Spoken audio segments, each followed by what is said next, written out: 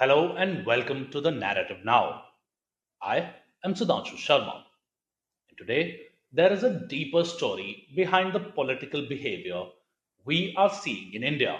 A story that is not just about elections and not just about speeches. It is about what happens when entitlement collides with reality. Because the crisis around Rahul Gandhi is not simply about weak messaging or poor political strategy. It is about something much bigger. It is about the collapse of a political operating system that shaped Indian politics for decades. Because for a very long time, politics around the Gandhi family worked on a simple assumption: power was inherited, legitimacy was assumed, and institutions were often treated like appointment boards. Who gets a ticket, who becomes a minister, who rises within the party, who gets protection within the system. The ecosystem was not built to compete, it was built to allocate. And politics was not a marketplace of ideas, it functioned more like a family run distribution network. The structure revolved around an acquired surname and the belief that leadership naturally flowed through bloodline rather than merit or performance. For decades, that system worked exactly the way it was designed. The party revolved around the so called Gandhi family, and the ecosystem adjusted itself around that center of power. But history eventually tests every political structure. And when that moment came, the outcome changed the direction of Indian politics. The year 2014 did not just produce an electoral defeat for the Gandhian Congress Party, it broke a psychological assumption that had existed for generations. And for the first time in decades, the country sent a message that went far beyond a single election result: that India does not belong to a dynasty, that power in a democracy is not hereditary property, and that political legitimacy cannot be permanently reserved for one family. For most political parties, a defeat of that scale becomes a moment of introspection. It becomes an opportunity to rebuild, to reform, to rethink leadership, and to reconnect with the people. But for the Gandhi dynasty, defeat felt very different. Because when you believe that power is your inheritance, losing it does not feel like politics, it feels like exile. And when that psychological shift happens, political behavior begins to change in visible ways. And that is why much of the rhetoric coming from the Congress party after 2014 often sounds less like normal opposition and more like resentment. The question being asked is not how do we become better, but how dare you replace us? And when that mindset takes hold, the strategy changes. And instead of competing with the BJP, the instinct becomes to delegitimize it. Instead of debating policies, the focus shifts to questioning institutions, to casting doubts on national achievements, and in turning moments of progress into crisis narratives. Because if the system itself can be portrayed as broken, then losing power can be presented not as a political defeat, but as an injustice. And this is where many of the dramatic narratives we hear today start to make sense. They are not just arguments about policy, they are attempts to reshape the story of political relevance. Take, for example, the claim made recently by Rahul Gandhi, where he said that 16 lakh crore rupees have been forgiven for industrialists like Mukesh Ambani and Gautam Adani. It is a number designed to create outrage. 16 lakh crore, a figure so large that it immediately gives the impression of a massive injustice. But the entire argument depends on confusing a technical banking term with a political favor. What is being referred to in those speeches are bank loan write offs. And a write off is not the same thing as a loan waiver. A write off is an accounting process used by banks to clean their balance sheets when loans become stressed or non performing. It does not mean that the borrower has been forgiven. Recovery processes continue, assets can still be seized, and companies still go through bankruptcy, and lenders still try to recover as much of the outstanding money as possible.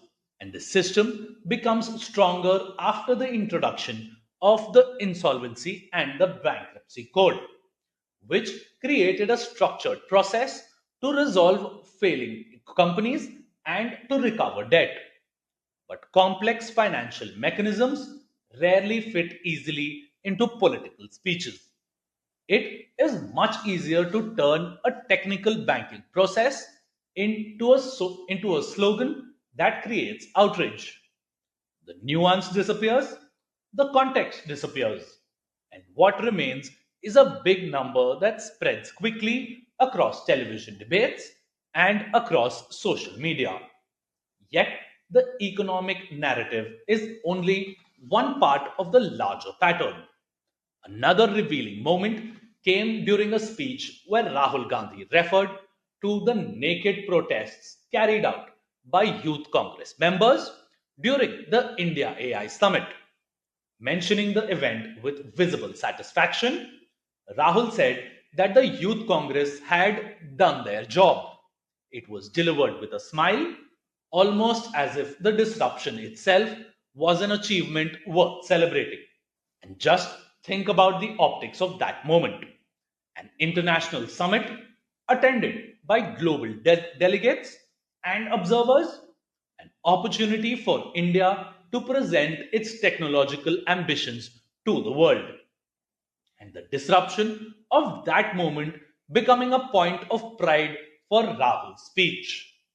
In a democracy, protest is a legitimate and protected right. No democratic system denies that.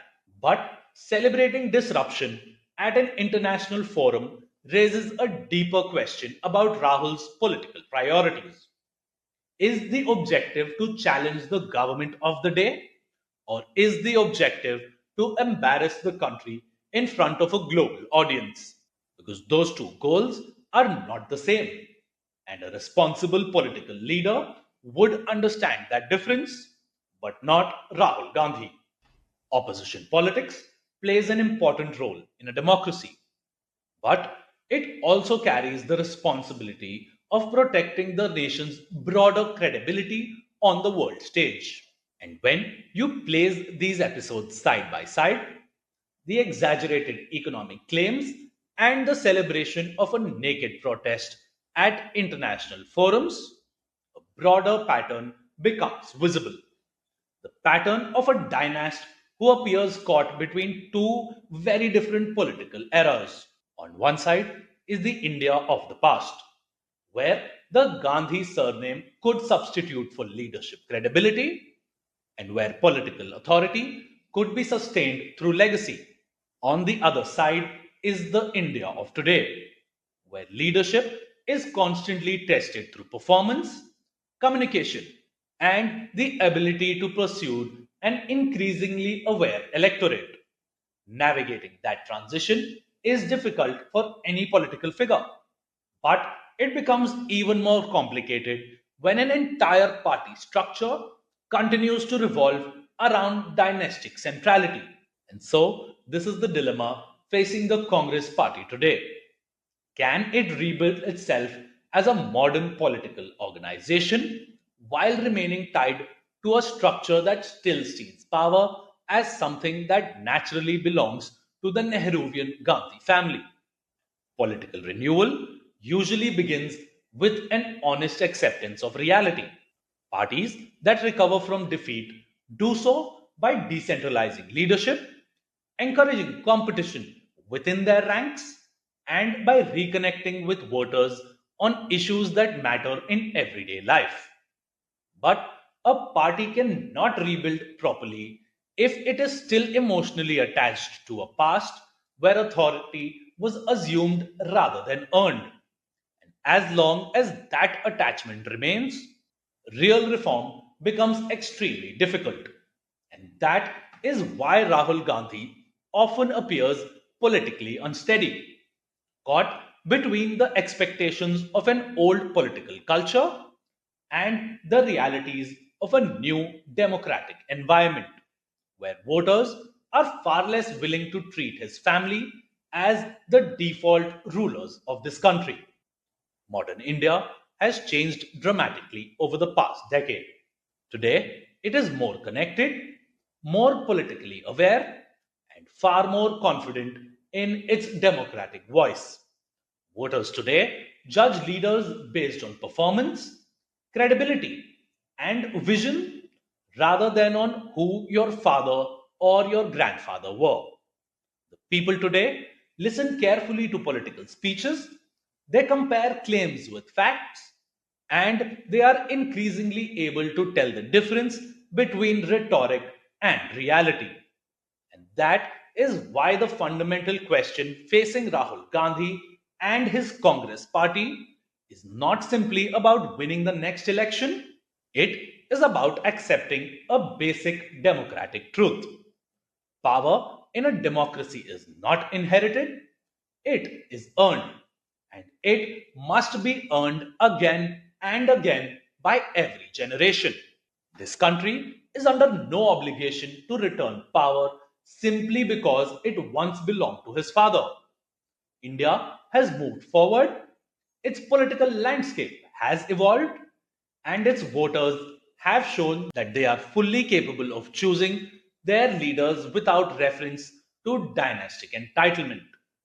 The people of this country are watching closely, they are listening carefully, and they remember far more than politicians often assume, which is why the final verdict in a democracy does not come from speeches, narratives, or television debates. It comes from collective memory of citizens when they step into the polling booth.